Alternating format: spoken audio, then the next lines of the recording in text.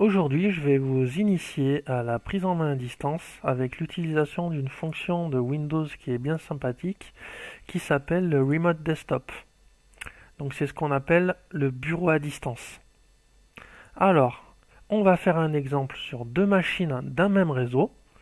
Pour faire ce petit tutoriel, il vous faut avoir des notions de base dans la création de compte. Donc si ce n'est pas le cas, je vous conseille d'aller voir le tuto que j'ai déjà fait à ce sujet-là.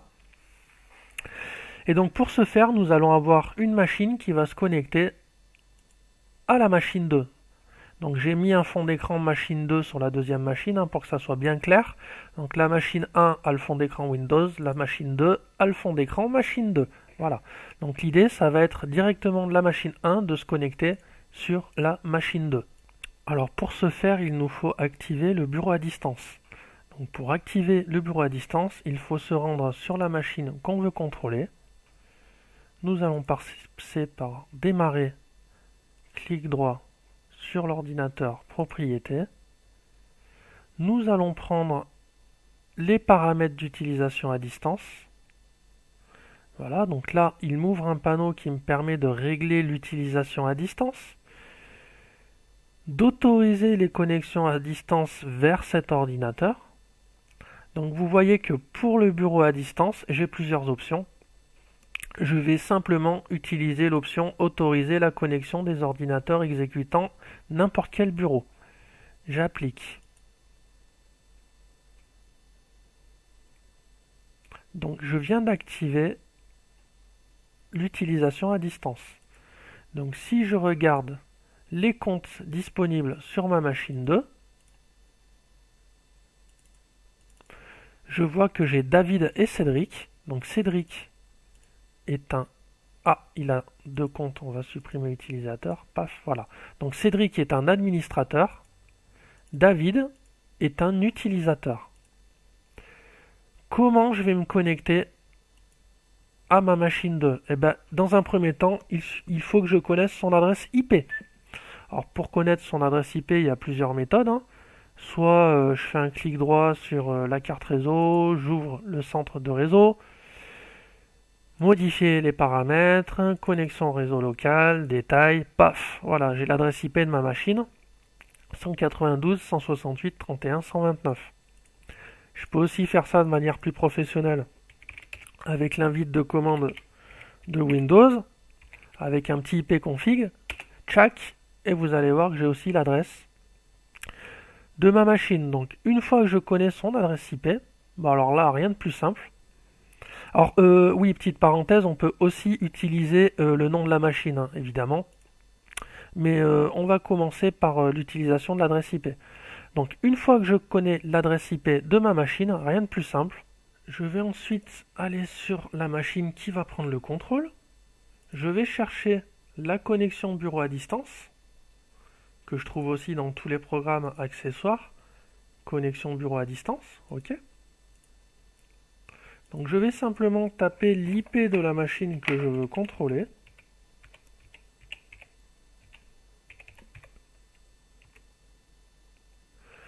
Et là, ça m'ouvre une fenêtre qui me demande de rentrer un nom d'utilisateur et un mot de passe. Quoi qu'est-ce? En fait, j'ouvre un bureau à distance. Sous-entendu, je me connecte à la machine avec un des comptes qui existent sur la machine de laquelle je vais prendre le contrôle. Donc, dans le cadre de notre exemple, je vous avais montré que nous avons deux comptes.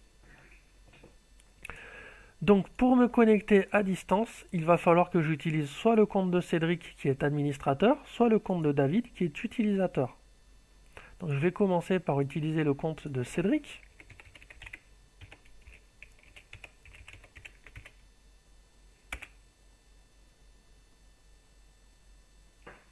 Voilà. On me demande de valider un certificat d'autorisation, je le valide. Et paf, je suis connecté à la machine numéro 2. D'ailleurs, si je vais voir la gestion des comptes, je vois bien que je suis dessus. Voilà, Cédric David. Si je vais me placer devant l'écran de la machine 2, je vois qu'elle s'est mise en mode d'ouverture de session. Pourquoi? Parce que quand j'utilise un compte, en fait, l'utilisateur est éjecté de sa session. Donc l'utilisateur ne verra pas ce que vous faites sur sa machine pendant que vous ouvrez votre session à distance. Donc je vais fermer ma session. Maintenant, je vais essayer, toujours de la même façon, d'ouvrir une autre session à distance, mais ce coup-ci, je vais utiliser le compte de David.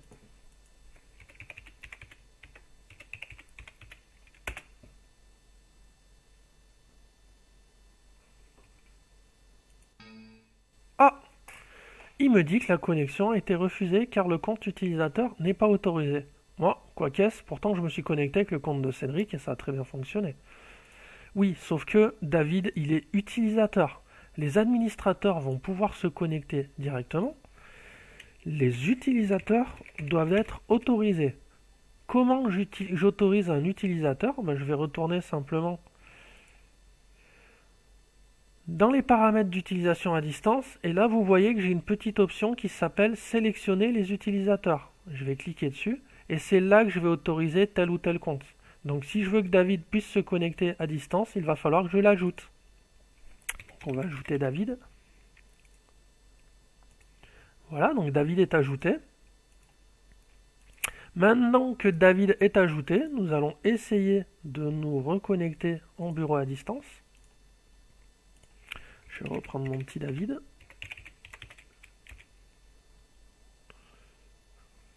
J'accepte le certificat. Paf! Vous voyez qu'il me donne accès à l'ordinateur. Donc il me dit simplement que j'ai une autre session qui est ouverte, ce qui est le cas. Il me demande s'il a le droit de fermer la session. Pour pouvoir prendre le contrôle, je lui dis oui.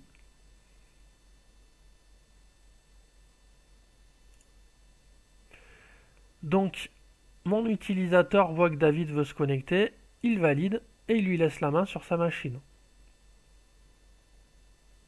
Et donc, étant donné que j'utilise le compte de David à distance, je ne pourrai que travailler sur la machine, mais pas modifier les paramètres sensibles, puisque David étant un compte utilisateur, il n'a pas accès à tout sur la machine.